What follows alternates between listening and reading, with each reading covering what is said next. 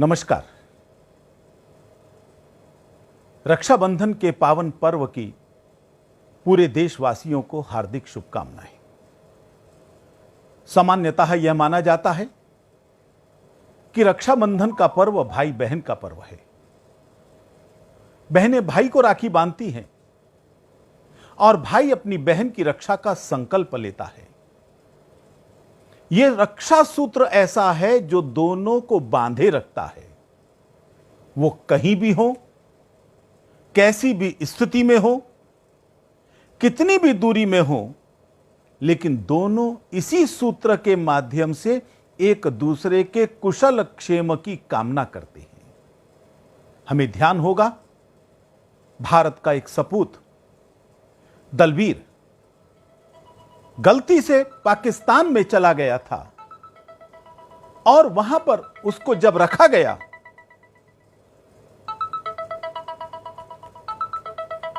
तो उसकी बहन ने उसकी रक्षा के लिए हर प्रकार की कामना की। हर रक्षा बंधन पर उसके लिए सूत्र रखती थी। पूरी कोशिश की उसने कि उसका भाई वहां से छूटकर आ जाए। यह दुर्भाग्य था कि उसको जेल के अंदर ही कैदियों ने मार दिया, लेकिन बहन अपने भाई को न भुला सकी। कैसी भी परिस्थिति में हो, भाई बहन एक दूसरे को हमेशा इसी सूत्र के माध्यम से बांधे रखते हैं। इसी दिन पुरोहित अपने यजमान के सूत्र भी बांधते हैं और वो सूत्र बांधते समय ये संकल्प उसको दिलवाते हैं। वो संकल्प आज से नहीं, करोड़ों वर्षों से यही परंपरा चल रही है। वो मंत्र बोलते हैं, ये न बद्धो बलि राजा दानवेंद्रो महाबला तेन त्वाम अनुबद्धामि रक्षे माचल माचला। जिस सूत्र ने महाबली दानव राजा बलि को बांध दिया था, वही रक्षा सूत्र मैं आपको बांध रहा हूं। आप अडिग रहें, अचल रहें, अपने संकल्प से पीछे ना हटें। यही संकल्प करोड़ों वर्षों से हमारे देश के पुरोहित यजमानों को दिलाते हैं। वे धर्म के बंधन में बांधते हैं, उनको संकल्प दिलाते हैं, धर्म की रक्षा का संकल्प दिवाते हैं, जीवन मूल्यों की रक्षा का। राक्षस राज बलि, उनको अभिमान हो गया था। भगवान विष्णु ने वामन अवतार के रूप में जन्म लिया और बलि को सूत्र बांधा। वचन लिए कि मैं 3 पग धरती दान में लेना चाहता हूं। बलि अहंकार के अंदर इतना चकनाचूर था, वो हंसा कि 3 पग धरती ये वामन कितनी ले लेगा, ये बौना व्यक्ति कितने कदम नाप लेगा। उन्होंने हां कर दी। तभी वो असली रूप में आ गए। 1 कदम के अंदर सारी पृथ्वी नाप ली। पूछा, दूसरा कदम कहां रखूं? वो तो अहंकार में चूर था। उसने कहा, पूरा आकाश मेरा है। दूसरे कदम में सारा आकाश नाप लिया। तीसरा कदम कहां रखूं? वो समझ गया कि ये कौन है। तुरंत उसने अपनी गर्दन नीचे कर दी, समर्पित कर दिया और कहा, तीसरा कदम मेरे सर पर रख दीजिए। उसके सर पर कदम रखने के बाद पूछा जाता है, बलि पूछते हैं, अब मैं कहां रहूं? तो उन्होंने कहा, अब तुम्हें पाताल लोक में जाकर रहना पड़ेगा। राजा बलि ने इतने बड़े समर्पण के बाद भगवान विष्णु से कहा, एक शर्त पर मैं पाताल में जाता हूं कि आपको मेरे साथ जाना पड़ेगा। भगवान विष्णु चले गए। लक्ष्मी बेचैन हो गई, वापस कैसे लेकर आए? प्रतिज्ञा से बंधे हैं और केवल राजा बलि ही प्रतिज्ञा मुक्त कर सकता है। वो एक गरीब स्त्री के रूप में वहां पर गई, कुछ दिन रही और एक दिन उन्होंने राजा बलि को रक्षा सूत्र बांधा। बलि ने कहा, मांगो, क्या मांगना है? तब वो असली रूप में आई और उन्होंने कहा कि मेरे पति भगवान विष्णु को वापस कर दीजिए। संकल्प से बंधा था। उन्होंने कहा ले जाइए, लेकिन मैं भगवान विष्णु से चाहूंगा कि कुछ समय जरूर पाताल लोक में मेरे साथ रहने का अवसर निकालें। भगवान विष्णु ने कहा ठीक है, मैं 4 महीने पाताल में रहूंगा, बाकी समय उधर रहूंगा। तो इसलिए देवशयनी एकादशी से लेकर देवोत्थान एकादशी तक वो वहीं पर रहते हैं और उस संकल्प सूत्र से बंधा हुआ राजा बलि अपने वचन को किस प्रकार पूरा करता है, वो विचलित नहीं होता। सब प्रकार का समर्पण करने के बावजूद उसको लगता है कि नहीं, मैंने जो रक्षा सूत्र बांधवाया है, जो मैंने वचन दिया है, मुझे उस संकल्प से पीछे नहीं हटना। दूसरा एक विषय और जुड़ा हुआ है। इंद्र ने भी इंद्राणी को राखी बांधी थी। राक्षस देवलोक पर आक्रमण कर रहे थे, सब कुछ समाप्त कर देना चाहते थे, देवत्व समाप्त करना चाहते थे। राक्षस किसी जाति का नाम नहीं है, यह जातिवाचक शब्द नहीं है, यह गुणवाचक शब्द है। जो दूसरों की महिलाओं के ऊपर गलत निगाहें डालें, दूसरे की संपत्ति को हड़पें, दूसरे की आस्थाओं का अपमान करें, दूसरों के क्षेत्रों के ऊपर कब्जा करें, उनकी बहन बेटियों को उठाकर ले जाएं, वो राक्षस ही तो है। ये एक मानसिक प्रवृत्ति है।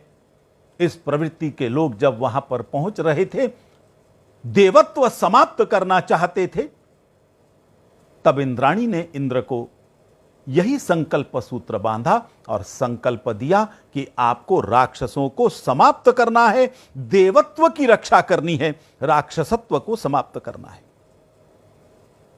कहीं गुरुओं को राखी बांधती है, कहीं गुरु शिष्यों को राखी बांधते हैं, लेकिन दोनों संकल्प दिलाते हैं धर्म की रक्षा का, जीवन मूल्यों की रक्षा का, उनको अपने जीवन में उतारने का। पर्यावरण की रक्षा के लिए बहुत लोग आज भी पेड़ों को राखी बांधते हैं, क्योंकि पेड़ हमारे जीवन की रक्षा करते हैं। पर्यावरण है तो हम हैं, अन्यथा नहीं है। आज रक्षाबंधन के पावन दिन पर दुर्गा वाहिनी की बहनें देश भर के अंदर सीमांत क्षेत्रों पर जाकर भारत के वीर सैनिकों को रक्षा सूत्र बांध रही है। वो संकल्प लेकर तो उसी दिन आए थे हमारे वीर सैनिक, जब उन्होंने सेना में भर्ती ली थी, और तभी संकल्प लिया था कि चाहे प्राण चला जाए, लेकिन देश की रक्षा में किसी प्रकार की कमी नहीं होने देंगे।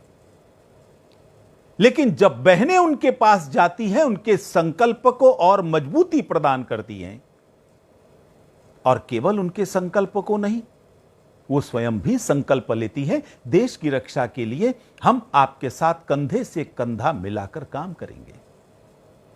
सेना और समाज मिलकर जब दोनों संकल्पबद्ध होते हैं देश की रक्षा के लिए, वास्तव में देश की रक्षा तभी हो पाती है, देश उन्नति की ओर तभी बढ़ पाता है। स्वरूप कुछ भी हो, घटनाओं का वर्णन कुछ भी हो, कालखंड कुछ भी हो, उद्देश्य वही है। रक्षा सूत्र वास्तव में संकल्प सूत्र है। देश, धर्म, समाज, हमारे जीवन मूल्य, हमारे सम्मान के प्रतीक, हमारी बहन बेटियां और हमारे सम्मान की रक्षा करना, इन सब का संकल्प वास्तव में रक्षा बंधन है। इसका वास्तविक रूप इसी संकल्प के साथ है। अगर ये चीजें बचेंगी तो हम बचेंगे, अन्यथा भारत भारत नहीं रहेगा। ये जीवन मूल्य है, वही हमारी पहचान है, वही देश का पहचान भी है। आखिर कभी अफगानिस्तान भी तो भारत का ही हिस्सा था, वहां पर गांधार था। लोग कहते हैं कि केवल औरंगजेब के राज के अंदर अफगानिस्तान भारत का हिस्सा था।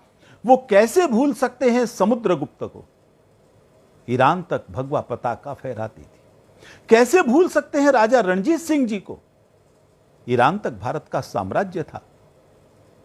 केवल भारत के इतिहास को आधा अधूरा प्रस्तुत करना या अपना राष्ट्रीय गौरव को दबाने का प्रयास करना, वही लोग, उस सोच वाले लोग ही आज इस तरह के विचारों को सामने लाते हैं। वरना यह अफगानिस्तान जहां तालिबान का क्रूर चेहरा हमको दिखाई दे रहा है, वो कभी भारत का हिस्सा ही था। हमारी हिंदू संस्कृति का जीवंत स्वरूप अफगानिस्तान में देखने को मिलता था। आज अफगानिस्तान में स्थिति क्या हो गई है? गैर मुस्लिम तो वहां नाम मात्र के रह गए। भारत सरकार उनको बचाकर ला रही है, धन्यवाद की पात्र है। बहुत हिम्मत के साथ उन्होंने वहां बचे हुए हिंदुओं और सिखों को भारत में लाने का प्रयास किया है। उनकी रक्षा होनी ही चाहिए। लेकिन वो गांधार, आज वहां पर गोलियों की तड़तड़ाहट गूंज रही है। तालिबानी अपने ही मुस्लिम भाइयों के ऊपर किस प्रकार के अत्याचार कर रहे हैं, उनको गोलियों से भून रहे हैं, उनकी महिलाओं पर किस प्रकार के अत्याचार कर रहे हैं। वास्तव में तालिबान एक मानसिकता का नाम है। वो मानसिकता है महिलाओं के प्रति गलत सोच रखने की। वो मानसिकता है अपने धर्म के अलावा बाकी धर्म के लोगों को पूरी तरह से अस्तित्वहीन करने का संकल्प लेने की। वो मानसिकता है अपने विचारों के विरोधी विचार जितने भी हैं उन सबको समाप्त करने की। वह मानसिकता है दारुल इस्लाम बनाने की। वही तालिबानी सोच भारत के अंदर भी आज जीवित दिखाई दे रही है। बंधुओं, बहनों, जो तालिबान के समर्थक हैं वो किसी भी तरह से तालिबान से अलग नहीं है। अलगाववाद, आतंकवाद, लव जिहाद, धर्म के आधार पर हिंसा, भारत का एक और विभाजन करने का स्वप्न देखना, यह किसी तालिबान से कम नहीं है। लव जिहाद, आज रक्षाबंधन के दिन जब हम नारियों के सम्मान की रक्षा की बात करते हैं तो लव जिहाद शब्द हमारे सामने आता है। केवल भारत नहीं, संपूर्ण विश्व के अंदर लोग इससे त्रस्त हैं। कैसे अपनी बहन बेटी को लव जिहादियों से बचाया जा सके, इसके लिए वो चिंतित हैं। वास्तव में लव जिहाद धर्मांतरण का सबसे घृणित स्वरूप है। जिहादी अपनी बहन बेटी के बारे में किस प्रकार का दृष्टिकोण रखते हैं, आज हमारे लिए चर्चा का विषय वो नहीं है। लेकिन गैर मुस्लिम समाज की बहन बेटियों के प्रति उनकी दृष्टि क्या है? वासना का शिकार बनाना चाहते हैं। प्रत्यक्ष युद्ध में पहले जीता करते थे, फिर सेक्स स्लेव्स के रूप में उनको बेचा करते थे। आज अपनी आइडेंटिटी छिपाकर, अपने आप को हिंदू बताकर दोस्ती करते हैं, उनको अपने जाल में फंसाते हैं, फिर उनके साथ निकाह करते हैं, धर्मांतरण करते हैं। मैं समझता हूं गैर मुस्लिम नारियों के प्रति इससे अधिक विकृत दृष्टिकोण क्या हो सकता है। आज रक्षाबंधन के दिन हमें अपनी बहनों को बचाने की जरूरत है कि वो उन तालिबानी सोच वाले लव जिहादियों के शिकार न बन सकें। हमें जागरण करना होगा अपने परिवारों में, अपने संस्कारों की रक्षा करनी होगी, संकल्प दिलाना होगा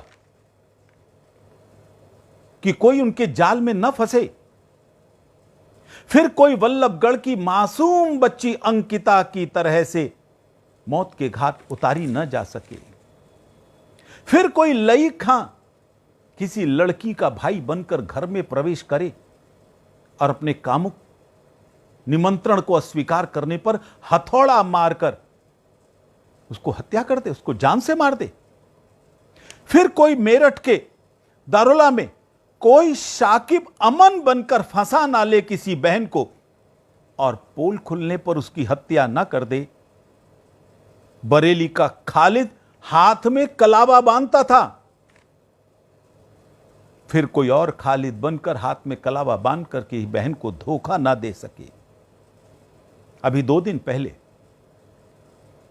डॉक्टर चैनिश जो जमशेदपुर की थी, उसकी लाश एक ट्रॉली के अंदर ठूंस कर रखी गई थी और स्टेशन पर छोड़ दी गई थी। खोजबीन करने पर मालूम चला कि एक अन्य व्यक्ति जो स्वयं पीएचडी था, उसने अपनी आइडेंटिटी छिपाकर उससे दोस्ती की थी। ध्यान में आता है, ये कितना भी पढ़ लिख लें, कितना भी आत्मीयता दिखा दें, लेकिन जिहादियों का स्वरूप केवल एक ही होता है। कितने ही ऐसे हैं जो अपने बनकर मिलते हैं, कितने ही ऐसे हैं जो इस प्रकार से अपनी आइडेंटिटी छिपाकर दोस्ती करा करते हैं।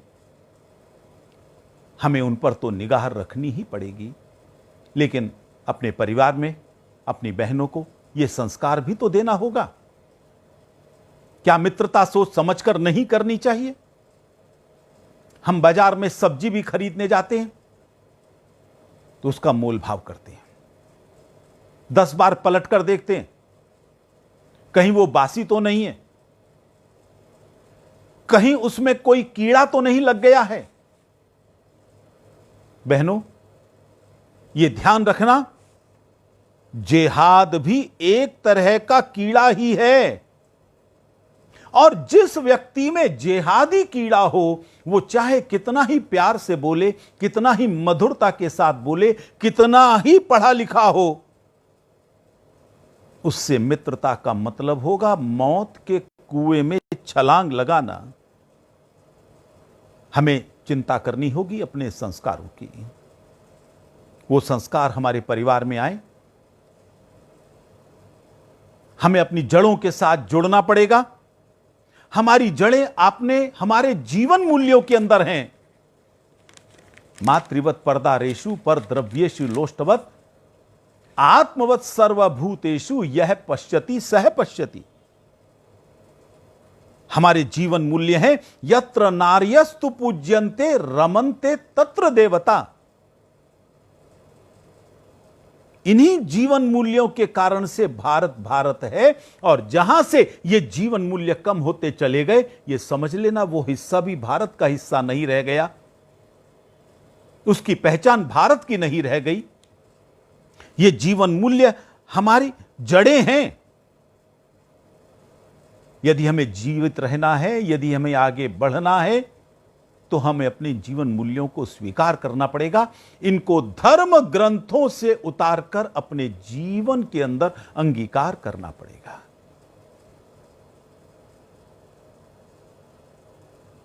वास्तव में ये संस्कार, ये जीवन मूल्य हमारी धरोहर हैं।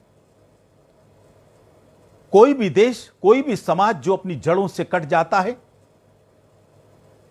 वह समाज समाप्त होने में देर नहीं लगाता।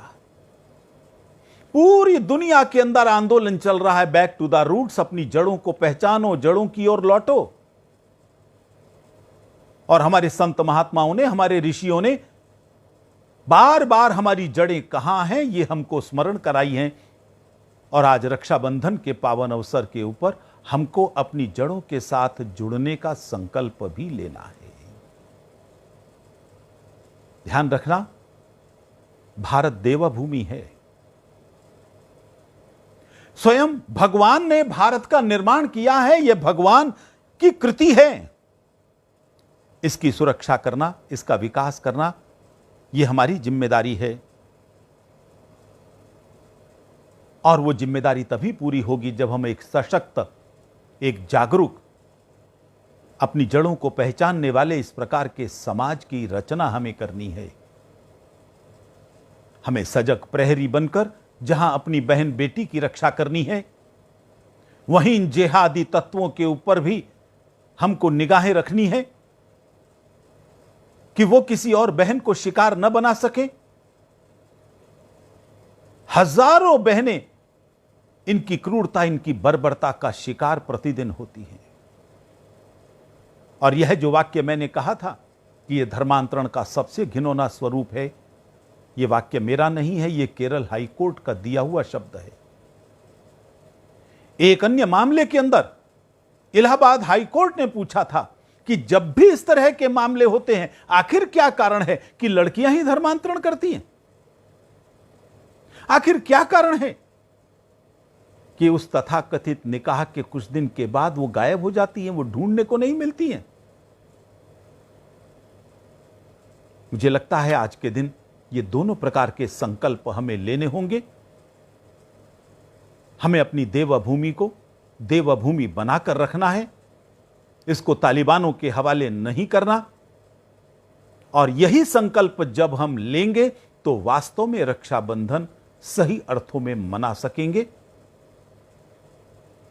हमें पूरे देश को संकल्पबद्ध करना होगा अपनी जड़ों के साथ जुड़ने के लिए, और हमारी जड़ी क्या है उसकी पहचान पूरे देश को करानी होगी।